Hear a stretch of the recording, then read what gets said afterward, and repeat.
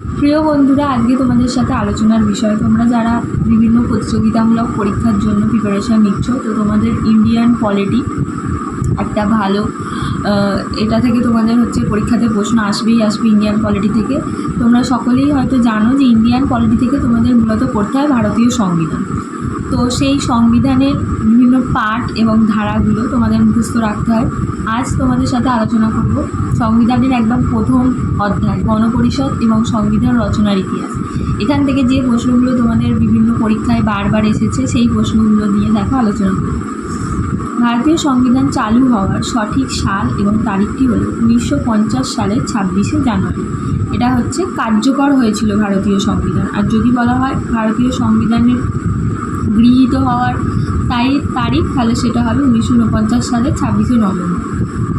এরপর 1946 সালে গণপরিষদের প্রথম সভায় সভাপতিত্ব করেছিলেন কে? এটা ডক্টর সচিদানন্দ সিনহা। কাকে ভারতীয় সংবিধানের স্থপতি বলে মনে করা হয়? এটা হবে ডক্টর বি.আর. আম্বেদকর। পরবর্তী প্রশ্ন দেখো, ভারতীয় সংবিধান রচনার উদ্দেশ্যে গঠিত গণপরিষদের প্রাথমিক সদস্য সংখ্যা কত ছিল? 389 জন। গণপরিষদের সদস্যরা ছিলেন প্রাদেশিক আইনসভার সদস্যগণ দ্বারা নির্বাচিত। ভারতীয় সংবিধান গৃহীত হয় 1949 সালের 26শে নভেম্বর। ওই যে বললাম, ভারতীয় সংবিধান গৃহীত হয়েছিল 1949 সালের 26শে নভেম্বর, আর কার্যকর হয়েছিল 1950 সালের 26শে জানুয়ারি। পরবর্তী প্রশ্ন দেখো, কত সালে ভারতবর্ষ প্রজাতান্ত্রিক রাষ্ট্ররূপে আত্মপ্রকাশ করে? 1950 সালে। কবে অনুষ্ঠিত হয়েছিল গণপরিষদের প্রথম সভা? এটা 1946 সালের 9 ডিসেম্বর। তারপর দেখো, ভারতীয় সংবিধান রচনা করেছে কারা? এটা হবে অ্যান্সার হবে ভারতীয় সংবিধান রচনা করেছে ভারতের গণপরিষদ। পরবর্তী প্রশ্ন দেখো, নিম্নলিখিত সময়কালগুলির মধ্যে কোন সময় ভারতীয় সংবিধান রচনার উদ্দেশ্যে গঠিত গণপরিষদ বিতর্কের মাধ্যমে ভারতীয় সংবিধান চূড়ান্ত করে? এটার অ্যান্সার হয়ে যাবে ডিসেম্বর 1946 থেকে নভেম্বর 1949। তার পরবর্তী প্রশ্ন, ভারতীয় সংবিধানের গণপরিষদ দ্বারা গঠিত খসড়া রচনা কমিটির প্রধান কে ছিলেন? এটা খুব ইম্পর্টেন্ট প্রশ্ন, ডক্টর বি.আর. আম্বেদকর। গণপরিষদের সভাপতি কে ছিলেন? গণপরিষদের সভাপতি ছিলেন ডক্টর রাজেন্দ্র প্রসাদ। নিম্নলিখিত কোনটির অধীনে গঠিত হয়েছিল গণপরিষদ? এটা দেখো 4টে অপশান, অ্যান্সার হয়ে যাবে ক্যাবিনেট মিশন প্ল্যান। ভারতের সংবিধান কোন তারিখে ঘোষণা করা হয়? 26শে জানুয়ারি 1950। ভারতীয় শাসনতন্ত্র নিম্নলিখিত দিন থেকে কার্যকারী হয়? 1950 সালের 26শে জানুয়ারি। গণপরিষদের মোট কতজন সদস্য দেশীয় নির্বাচিতের দ্বারা মনোনীত ছিলেন? এটা হবে 93 জন। গণপরিষদ গঠনের জন্য নির্বাচন কবে অনুষ্ঠিত হয়েছিল? মার্চ 1946। তারপর কোন ব্যক্তি ভারতীয় সংবিধান রচনার জন্য গণপরিষদ গঠনের দাবি প্রথম উত্থাপন করেন? এটা M.N. রায়, মানে মানবেন্দ্রনাথ রায়। ভারতের গণপরিষদের কত সময় লেগেছিল ভারতীয় সংবিধান রচনার জন্য? প্রায় 3 বছর।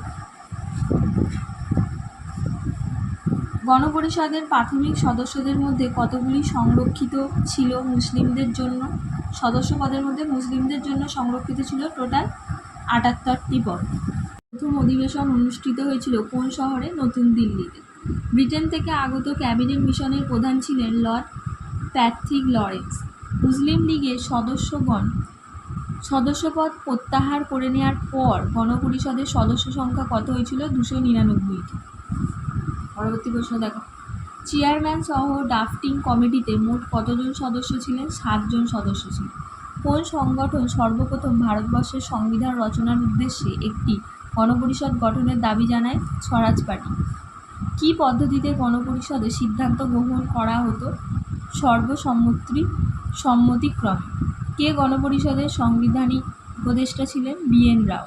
ভারতবর্ষের সংবিধান কিরূপ? পৃথিবীর বৃহত্তম লিখিত সংবিধান।